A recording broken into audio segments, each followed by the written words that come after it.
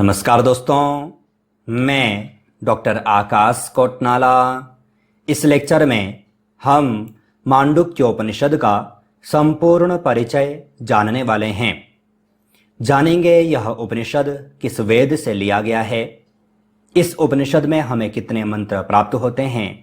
साथ ही यह भी जानेंगे कि जब हम योग से मास्टर, पीजी डिप्लोमा या फिर यूजीसी नेट की एग्ज़ाम की तैयारी करते हैं तो इस उपनिषद से संबंधित हमें कौन कौन से विषय वहां पर पूछे जाते हैं। इन सब विषयों के ऊपर हम यहाँ पर चर्चा करेंगे। प्रारंभ करते हैं मांडुक्योपनिषद का परिचय। हमें ध्यानपूर्वक समझना है कि यह जो मांडुक्योपनिषद है यह अथर्ववेद के अंतर्गत निहित है।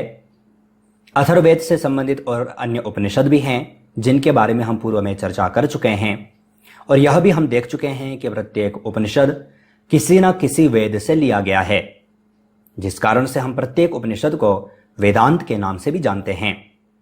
और यह भी हमें ध्यान रखना है कि जिस मांडुक्य उपनिषद को हम यहाँ पर पढ़ रहे हैं यह उपनिषद श्रृंखला का सबसे छोटा उपनिषद माना जाता है।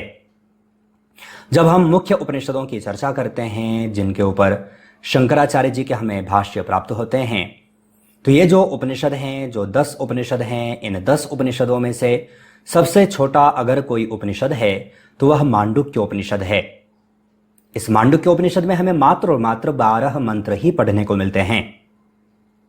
जैसे कि हम अन्य उपनिषद पढ़ते हैं, कहीं पर खंडों की चर्चा की गई है, कहीं पर बल्लियां हैं, कहीं पर अध्याय हैं, लेकिन जिस प्रकार से ईशावास्योपनिषद में इन सब विषयों का वर्णन नहीं है, वहां पर मात्र और मात्र 18 मंत्र हैं। तो जिस प्रकार से इंपॉर्टेंट ईशावास्योपनिषद के 18 मंत्र हैं, या फिर जिस प्रकार से महत्वपूर्ण हम श्रीमद् भगवद गीता के 18 अध्याय देखते हैं, उतना ही महत्वपूर्ण ईशावास्योपनिषद के 18 मंत्र हैं।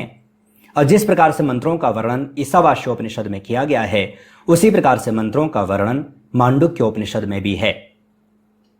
इस उपनिषद के अंतर्गत हमें अव्यक्त परमात्मा के व्यक्त विराट जगत स्वरूप का वर्णन प्राप्त होता है। वह जो परमात्मा जो अव्यक्त स्वरूप में है, उसके द्वारा यह जो विराट जगत है कैसे उत्पन्न हुआ, अर्थात यह जो विराट जगत है इसके स्वरूप की स्थिति क्या है, किस प्रकार से है, इन सब का वर्णन हमें मांडुक्योपनिषद में देखने को मिलता है। ध्यान दीजिएगा, प्रत्येक उपनिषद की जब हम चर्चा कर रहे हैं, हम बार बार देख रहे हैं कि प्रत्येक उपनिषद ब्रह्म से संबंधित ही हैं। अभी तक हमने जितने भी उपनिषद पढ़े सब ब्रह्म से प्रतिपादित हैं, ब्रह्म का ही वर्णन हमें सब में प्राप्त हो रहा है। तो यह जो उपनिषद है यह भी ब्रह्म से ही परिपूर्ण है, अर्थात ब्रह्म का ही वर्णन इस उपनिषद के अंतर्गत हमें प्राप्त होता है। हमें ध्यानपूर्वक समझना है कि यह जो उपनिषद है, इस उपनिषद में ओमकार को अक्षर ब्रह्म परमात्मा का श्रेष्ठ संबोधन करते हुए उसके विभिन्न चरणों एवं मात्राओं का विवेचन किया गया है। जिस प्रकार से हम श्रीमद् भगवद गीता का 8वां अध्याय पढ़ते हैं, अध्याय का नाम है अक्षर ब्रह्म योग, जिसमें कि ओमकार को ही सर्वश्रेष्ठ अर्थात ब्रह्म स्वीकार किया गया है। जिस प्रकार से महर्षि पतंजलि ईश्वर का जो स्वरूप है उसका वर्णन करते हुए, उसका नाम क्या है इसका वर्णन करते हुए कहते हैं तस्य वाचक प्रणव, अर्थात उस ईश्वर का जो वाचक है वह प्रणव अर्थात ओमकार है। तो उसी प्रकार से वर्णन हमें मांडुक्योपनिषद में भी देखने को मिलता है। इस उपनिषद के अंतर्गत जो ओमकार है, ओमकार को अक्षर ब्रह्म परमात्मा का, यानी कि वह जो ब्रह्म है, वह जो परमात्मा है, उसका नाम अर्थात उसके नाम से संबोधित किया गया है। किस नाम से? ओमकार के नाम से। तो कहा, और इसके साथ ही उसके विभिन्न चरण एवं मात्राओं का भी विवेचन किया गया है। ये जो विषय हैं आगे के लेक्चर्स में हमने इनको कवर किया है। साथ ही जब आप एप्लीकेशन पर इससे संबंधित कोर्स देखेंगे, पीडीएफ देखेंगे, तो वहां पर हमने ये सारे विषय कंप्लीट किए हैं। वहां पर जब हमने जो ओमकार की जो मात्राएं हैं उनका जो मिलान है, वह जो आत्मा के जो चरण हैं इनके साथ में हमने उनका मिलान किया है। तो वहां पर आप देखेंगे पूरा डायग्राम भी आपको वहां पर समझाया गया है। तो वहां पर आप इस विषय को अच्छे ढंग से समझ पाएंगे। पीडीएफ के माध्यम से आपको कोर्स के अंतर्गत दिया गया है। तो ये हमें यहां पर जानना है। साथ ही यहां पर कुछ एक छोटा सा डायग्राम मैंने आपको यहां पर दिया है जिसमें कि हमने चेतना की अवस्थाओं के बारे में वर्णन किया। जो कि हमें इसी उपनिषद के अंतर्गत पढ़ने को मिलता है। चेतना की 4 अवस्थाएं हैं। जागृत अवस्था है, स्वप्न अवस्था है, सुसुप्ति अवस्था है और तुरीय अवस्था है। और ध्यान दीजिएगा कि इस उपनिषद के अंतर्गत हमारा जो एग्जाम जो होता है, एग्जाम में हमें जो इससे संबंधित प्रश्न जो पूछे जाते हैं वह हमें इनके साथ में ओमकार का संबंध क्या है यह मिलान करने के लिए पूछा जाता है। तो अकार, उकार, मकार और अमात्र इन सब का मिलान हमें इन सब के साथ में करना होता है। साथ ही वैश्वानर, तेजस, वैश्वानर है, प्राज्ञ है, तेजस है आदि जो ये चरण हैं इनका भी वर्णन वहां पर किया गया है ना। तो 4 चरण हैं उनका भी वर्णन हमने किया है। अंतिम जो निर्विशेष है उसका मिलान भी हमने किया है। तो ये सारे विषय हमें एग्जाम में पूछे जाते हैं जो कि आपको ध्यानपूर्वक समझने होंगे। साथ ही हमें ध्यान रखना है कि जो प्रतिपाद्य विषय इस उपनिषद से संबंधित हैं वह चेतना के 4 स्तर, ओमकार के साथ में इनका क्या संबंध है, किस प्रकार से है, ये सारे विषय हमें यहाँ पर पूछे जाते हैं। ध्यान दीजिएगा, छोटा सा ही उपनिषद है। अगर आप 12 के 12 मंत्र अगर जो आप एक बार पढ़ लेते हैं तो सारा विषय आपका कंप्लीट हो जाता है।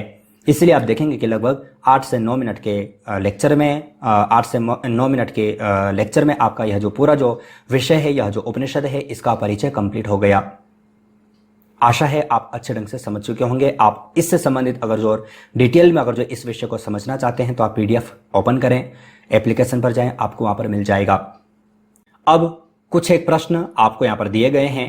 अगर आप चाहें तो इन सभी प्रश्नों का सही आंसर वीडियो के कमेंट बॉक्स में भेज सकते हैं। प्रथम प्रश्न आपको दिया गया है, निम्नलिखित में से मांडुक्य उपनिषद में ओमकार की मात्राएं हैं अकार, उकार, मकार या फिर अमात्र या फिर ये उपरोक्त सभी। तो सही आंसर क्या है छांट करके वीडियो के कमेंट बॉक्स में भेजिएगा। दूसरे प्रश्न की ओर चले। मांडुक्य उपनिषद में निम्नलिखित में से कुल कितने मंत्र हैं? 6 हैं, 8 हैं, 10 हैं या फिर 12 हैं? तो मांडुक्य उपनिषद में मात्र और मात्र कितने मंत्र हैं आपसे पूछा गया है। सही आंसर छांट करके वीडियो के कमेंट बॉक्स में भेजिएगा। तीसरे प्रश्न की ओर चलें। निम्न में से मुख्य उपनिषद श्रृंखला में सबसे छोटा उपनिषद है? ईशावास्योपनिषद, मांडुक्य उपनिषद, उपरोक्त दोनों, कोई नहीं। तो इस प्रश्न का भी सही आंसर क्या है आप छांट करके वीडियो के कमेंट बॉक्स में भेजिएगा। साथ ही आपको बता दूं कि इसी प्रकार से प्रश्न आपको ई-बुक के माध्यम से दिए गए हैं। साथ ही आप yoga education hub mobile application पर जाएंगे तो कई सारे कोर्स आपको यहां पर दिए गए हैं। अधिक जानकारी के लिए आप एप्लीकेशन पर जा सकते हैं। नेक्स्ट चौथे प्रश्न की ओर चले। मांडुक्य उपनिषद में निम्नलिखित में से चेतना की अवस्थाएं हैं? जागृत अवस्था, स्वप्न अवस्था, निष्पत्त्यावस्था या फिर अ एवं ब?